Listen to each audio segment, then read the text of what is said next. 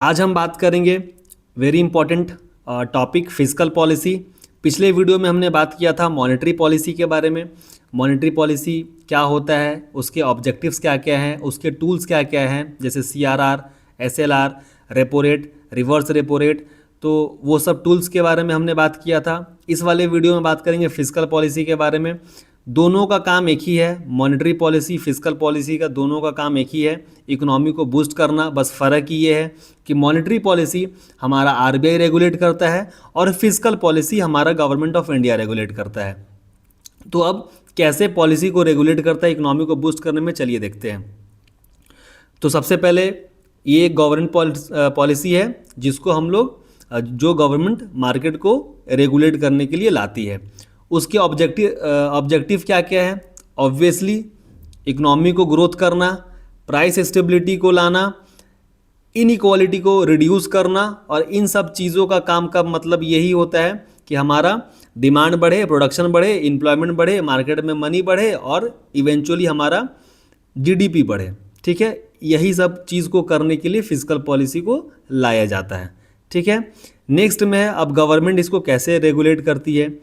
तो majorly government के पास एक तो टैक्स का सिस्टम है उनके हाथ में और दूसरा सब्सिडी का।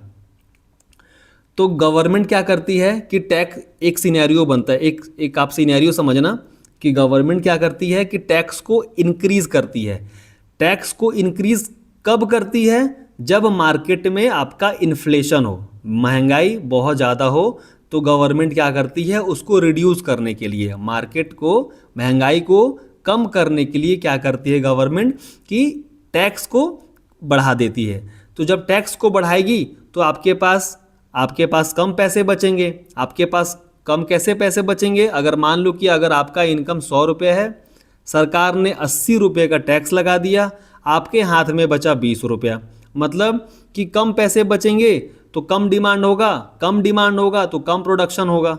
ठीक है, इस तरीके से क्या होगा कि मार्केट में इन्फ्लेशन फिर धीरे धीरे कम होना शुरू हो जाएगा। ठीक है, दूसरा केस है कि गवर्नमेंट टैक्स को डिक्रीज कब करती है? गवर्नमेंट टैक्स को डिक्रीज तब करती है जब देख रही है कि मार्केट मतलब इकोनॉमी हमारा बहुत स्लो डाउन तरीके से चल रहा है, इकोनॉमी बहुत स्लो है, तो गवर्नमेंट क्या करती है कि टैक्स को डिक्रीज कर देती है ताकि इकोनॉमी बूस्ट हो जाए। ठीक है, तो क्या करेगी कि सपोज कि आपका इनकम 100 रुपये है, टैक्स मात्र 20 रुपये ले रही है, आपके पास 80 रुपये बचे। पहले वाले केस में आपके पास मात्र 20 रुपये बच रहा था, इस वाले केस में आपके पास 80 रुपये बच रहे हैं। तो ज़्यादा पैसा तो ज़्यादा डिमांड, ज़्यादा डिमांड तो ज़्यादा प्रोडक्शन, ज़्यादा प्रोडक्शन तो ज़्यादा एम्प्लॉयमेंट, ज़्यादा एम्प्लॉयमेंट तो इकोनॉमी बहुत ठीक ठाक से चलेगी और हमारा GDP भी ग्रो करेगा। नेक्स्ट है हमारा सब्सिडी। सब्सिडी को कैसे घटा बढ़ा करके इकोनॉमी को रेगुलेट किया जाता है? तो मान लो कि एक सिलेंडर है, उसका प्राइस 1200 रुपये है। सरकार गवर्नमेंट क्या करती है कि अब देख रही है कि मार्केट में लोगों के पास बहुत कम पैसा है, तो मार्केट में मतलब लोगों के पास बहुत कम पैसा है, तो सरकार क्या करेगी कि सब्सिडी बढ़ा देगी। सब्सिडी बढ़ा देगी तो मान लो कि 1200 का सिलेंडर है, आपको सब्सिडी दे दी 300 का, आपके पास बचे 300, मतलब 300 का सब्सिडी दे दी, 1200 का है, तो अब आपको सिलेंडर कितना का पड़ा? 900 का पड़ा। ठीक है, तो आपके पास बचे 300 रुपया। अब जब मार्केट से आप आओगे तो ज़रूर आप उस 300 का डिमांड करोगे। आते वक्त राशन लेकर के आओगे, चावल ले लिए, वेजिटेबल्स ले लिए, तो फिर आपका डिमांड बढ़ा। ठीक है, दूसरे तरफ मान लो कि अगर मार्केट में बहुत ज़्यादा मतलब इकोनॉमी बहुत हाई मतलब इन्फ्लेशन पे चल रहा है, बहुत महंगाई है, तो गवर्नमेंट क्या करेगी? सब्सिडी को बहुत कम कर देगी, है ना, कम करेगी। तो मान लो कि गैस का सिलेंडर 1200 रुपये है, तो अब आपको कितना पड़ेगा? 1100। आपके हाथ में कितने बचे? मात्र 100 रुपया। तो 100 रुपये रहेगा, तो 100 रुपये के हिसाब से आप फिर डिमांड करोगे। ठीक है, तो फिर इस तरीके से इकोनॉमी मतलब लेवल पे आ जाएगी। ठीक है, अब इसको ना ज़्यादा घटा करके बहुत कम भी कर सकती है और ना ही बहुत ज़्यादा बढ़ा भी सकती है। अगर मार्केट में सब्सिडी बहुत हाई कर दिया, मान लो कि 1200 का सिलेंडर है, आपको 1000 का सब्सिडी दे दिया, तो सबके पास ज़्यादा पैसे बचेंगे तो फिर कोई काम ही नहीं करेगा, फिर इस तरीके से फिर और हमारा इन्फ्लेशन बढ़ जाएगा। ठीक है, तो ये इस तरीके से गवर्नमेंट काम करती है, सब्सिडी को कब बढ़ाती है कब घटाती है ना, टैक्स को कब बढ़ाती है कब घटाती है। तो ये सब काम करके हमारा ये सब पॉलिसी को अपना करके गवर्नमेंट क्या करती है, मार्केट को मतलब इकोनॉमी को हमारा रेगुलेट करती है। अब कब घटाती है कब बढ़ाती है आपको शायद अच्छे से समझ में आया होगा। सब्सिडी कब बढ़ाएगी, जब मार्केट में, अच्छे से समझना, गवर्नमेंट सब्सिडी कब बढ़ाती है, जब मार्केट में मतलब बहुत इकोनॉमी स्लो डाउन पे चल रहा होता है।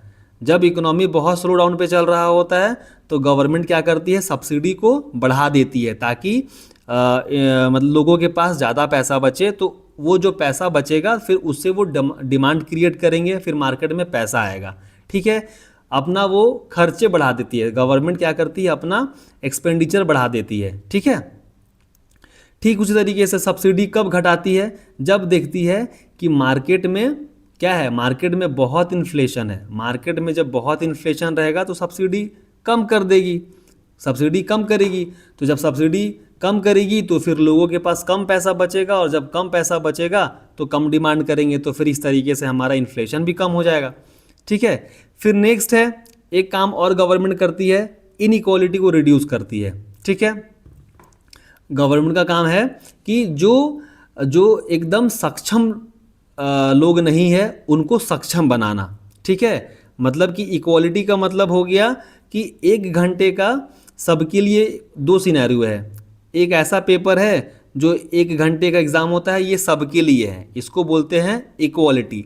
इक्विटी क्या होता है, इक्विटी वो होता है कि जो जैसे कि ब्लाइंड स्टूडेंट है ना, जो सक्षम नहीं है, उनको जिनको कम दिखता है, तो उनको क्या करेगी गवर्नमेंट, बाकियों के मतलब बाकियों से बराबर करने के लिए क्या करेगी कि उनको ज़्यादा समय दे देगी। मान लो कि जिनको अब कम दिखता है तो उनको थोड़ा देखने में प्रॉब्लम है, तो उनको क्या कर देगी, 1.5 घंटे का टाइम दे देगी कि भैया ठीक है, बाकियों के लिए 1 घंटे का ही पेपर है पर आपको हम 1.5 घंटे का टाइम देते हैं। तो इन सब चीज़ों से क्या होगा कि जो सक्षम नहीं है उनको सक्षम बनाना, ये भी काम गवर्नमेंट करती है, और ये भी हमारा फिजिकल पॉलिसी में ही आता है। जैसे कि कोटा देना बीपीएल लोगों के लिए, सब्सिडी देना बीपीएल लोगों के लिए, बेसिकली जो सक्षम नहीं है उनको सक्षम बनाना, ये भी सरकार करती है फिजिकल पॉलिसी के हिसाब से ही, और ये फिजिकल पॉलिसी में ही आता है।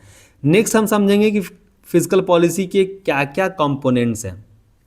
ठीक है, सबसे पहला है हमारा गवर्नमेंट का रिसिप्ट। गवर्नमेंट रिसिप्ट का मतलब होता है कि गवर्नमेंट का टोटल कितना इनकम है। रिसिप्ट का मतलब होता है इनकम। तो गवर्नमेंट का जो इनकम है ये हमारा गवर्नमेंट फिजिकल पॉलिसी का कंपोनेंट्स में आते हैं। और गवर्नमेंट रिसिप्ट में क्या क्या है, आपका टैक्स है, चालान है, यूनिवर्सिटीज़ फीस है, रेलवेज़ का जो भी पैसा है वो सारे गवर्नमेंट का रिसीट्स है।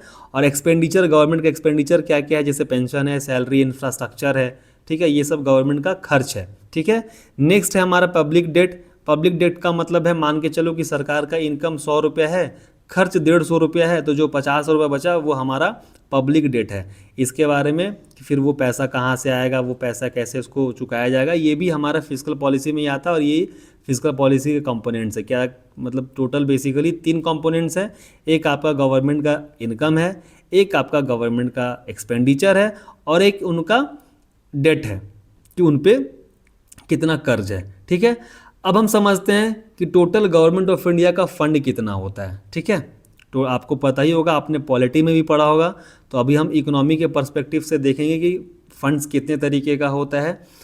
तो सबको पता होगा आप लोगों को कि 3 तरह का फंड होता है। पहला है कंसोलिडेटेड फंड ऑफ इंडिया, ये आर्टिकल 266 में आता है। इसमें जितने भी गवर्नमेंट के इनकम है और जितने भी उनके एक्सपेंसेस हैं, मतलब जितना भी उनका इनकम है और जितना भी उनके खर्चे हैं, वो सारा इसी फंड से होता है। वो क्या होता है, वो सारा इसी फंड से होता है। इसमें पार्लियामेंट का परमिशन रिक्वायर्ड है। मतलब अगर आप पैसे अगर खर्च करना है तो आपको पार्लियामेंट से परमिशन लेना होगा। ठीक है, इस फंड से निकालने के लिए। दूसरा है कि इसका जो ऑडिट है वो कैग करता है। ठीक है, नेक्स्ट है हमारा पब्लिक अकाउंट फंड। इसमें अकाउंट का टी छूट गया है, इसको आप लोग करेक्ट कर लीजिएगा। ये आर्टिकल 266 सब क्लॉज 2 में आता है। इसमें जितने भी पब्लिक का पैसा है, जो इंश्योरेंस हो गया, प्रोविडेंट फंड हो गया, पब्लिक सेविंग्स हो गया, है ना, जैसे कोई पोस्ट ऑफिस में सेविंग्स करा लिया, तो जितना भी पैसा है ये सारा पब्लिक अकाउंट फंड में आता है और ये जब चाहे तब लोग पैसा निकाल सकते हैं। तो इसमें किसी पार्लियामेंट का परमिशन का रिकॉर्ड, मतलब पार्लियामेंट का परमिशन का ज़रूरत नहीं होता है। अब इतने सारे लोग हैं, कब को क्या सबको किसी को कब क्या ज़रूरत पड़ गया वो कोई नहीं जानता है। अब उसमें क्या होता है पार्लियामेंट में, ये कंसोलिडेटेड फंड में, कि उसमें पहले बिल बनेगा, पास होगा तो पैसा निकलेगा। इसमें क्या है कि फिर अगर ऐसा बिल बनते रहा तो फिर कितना बहुत समय लग जाएगा, इसलिए इसमें पार्लियामेंट का परमिशन रिक्वायर्ड नहीं चाहिए, है ना। इसका भी जो ऑडिट है वो हमारा सीएजी ही करता है। नेक्स्ट है हमारा कंटिजेंसी फंड ऑफ इंडिया, ये आर्टिकल 267 में है ना। ये हमारा इमरजेंसी फंड है, जैसे कोई फ्लड, डिजास्टर, अर्थक्वेक वगैरह आ गया तो इस वाले ऐसे सिचुएशन में हमारे जो फंड चाहिए वो इस फंड से निकलते हैं, कंटिजेंसी फंड ऑफ इंडिया से निकलते हैं। और इसमें हमेशा 30,000 करोड़ होना चाहिए, इस फंड में हमेशा 30,000 करोड़ होना चाहिए और ये पैसा हमारा कंसोलिडेटेड फंड ऑफ इंडिया से आता है, ठीक है। इसमें प्रेसिडेंट का रिक्वायर, मतलब इसमें प्रेसिडेंट का रिक्वायर परमिशन होना चाहिए और इसका जो मालिक है, मतलब इसका जो देख रेख है, हमारे सेक्रेटरी ऑफ फाइनेंस मिनिस्टर करते हैं। ये एक आईएएस का जो रैंक होल्डर होते हैं वो इस पद को देखते हैं, है ना, और वही इसका देख रेख करते हैं, इस वाले फंड का, कंटिजेंसी फंड ऑफ इंडिया का, है ना। इसमें किसी का परमिशन होता है तो किसका होता है, हमारे प्रेसिडेंट का। कहीं भी किसी को डिजास्टर आ गया, किसी का फ्लड आ गया, किसी को अगर आपातकालीन जो होता है ना, किसी को इमरजेंसी फंड चाहिए होता है, तो उस केस में इस फंड से पैसा उनको प्रोवाइड किया जाता है। और इस वाले फंड में हमेशा इतना पैसा होना चाहिए, मतलब कितना, 30,000 करोड़ हमेशा इस फंड में होना चाहिए, ठीक है। नेक्स्ट है हमारा टाइप्स ऑफ फिस्कल पॉलिसी। कितने तरह का फिस्कल पॉलिसी होता है? पहला है एक्सपेंशनरी फिस्कल पॉलिसी और दूसरा है हमारा कंट्रैक्शनरी फिस्कल पॉलिसी। बहुत इंपॉर्टेंट और इसी से क्वेश्चन आता है।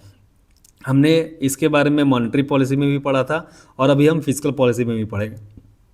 जब भी मार्केट, मतलब गवर्नमेंट को लगता है कि अब मार्केट को हमें एक्सपेंड करना है ना, मार्केट को एक्सपेंड करना है, तो उस सिनेरियो को हम लोग बोलते हैं एक्सपेंशनरी फिस्कल पॉलिसी, कि अब इनको एक्सपेंड करना है। तो कब हम एक्सपेंड करते हैं, मतलब गवर्नमेंट कब एक्सपेंड करती है? जब वो देख रही है कि इकोनॉमी बहुत स्लो डाउन है, ठीक है। जब इकोनॉमी स्लो डाउन रहेगा तो एक्सपेंशनरी फिस्कल पॉलिसी को हम लोग अडॉप्ट करेंगे, मतलब गवर्नमेंट अडॉप्ट करेगी। कब करती है? जब हमारा इकोनॉमी बहुत स्लो चल रहा होता है तो गवर्नमेंट क्या करती है कि अपने वो एक्सपेंडिचर बढ़ा देती है, हर तरफ खर्चा करना शुरू करती है, ठीक है। टैक्स को क्या करती है? डिक्रीज़ करती है, टैक्स को डिक्रीज़ करेगी। जब टैक्स को डिक्रीज़ करेगी तो लोगों के पास ज़्यादा पैसा बचेगा, लोगों के पास ज़्यादा पैसा बचेगा तो डिमांड बढ़ेगा, डिमांड बढ़ेगा तो फिर प्रोडक्शन बढ़ेगा, प्रोडक्शन बढ़ेगा तो फिर हमारा इकोनॉमी बूस्ट होगा, ठीक है। नेक्स्ट है हमारा कंट्रैक्शनरी फिस्कल पॉलिसी। जब मार्केट में पहले से ही आपका इन्फ्लेशन है तो उसको कम करने के लिए हम लोग कंट्रैक्शनरी फिस्कल पॉलिसी लाते हैं ठीक है। तो उस वाले केस में क्या करेगी गवर्नमेंट? अपना एक्सपेंडिचर को रिड्यूस करेगी, ठीक है। मार्केट में पैसा जहाँ मन वहाँ नहीं बांटेगी, है ना, अपने खर्चे को लिमिट करेगी, कम करेगी। टैक्स को क्या कर देगी? इंक्रीज़ कर देगी। टैक्स को इंक्रीज़ कर देगी तो फिर लोगों के पास कम पैसे बचेंगे, कम पैसे बचेंगे, ठीक है। तो उसके बाद क्या होगा कि लोग अपना डिमांड कम करेंगे, है ना, फिर प्रोडक्शन कम होगा, फिर इस तरीके से हमारा मार्केट एक स्टेबल कंडीशन पे आ जाएगा, ठीक है। इन्फ्लेशन कम हो जाएगा। सब्सिडी को क्या कर देगी? डिक्रीज़ कर देगी। सब्सिडी पहले मान लो देती थी 300 रुपया, अब क्या कर देगी? सब्सिडी को कम कर देगी। सब्सिडी को कम करेगी तो लोगों के पास कम पैसा बचेगा, कम पैसा बचेगा तो कम डिमांड होगा। सेम फंड है, ठीक है। और फिर इस तरीके से हमारा इन्फ्लेशन कंट्रोल हो जाएगा। तो होपफुली आपको ये सारा कॉन्सेप्ट अच्छा लगा होगा और तरीके से समझ में आया होगा। और फिस्कल पॉलिसी में इससे बाहर कुछ भी नहीं है।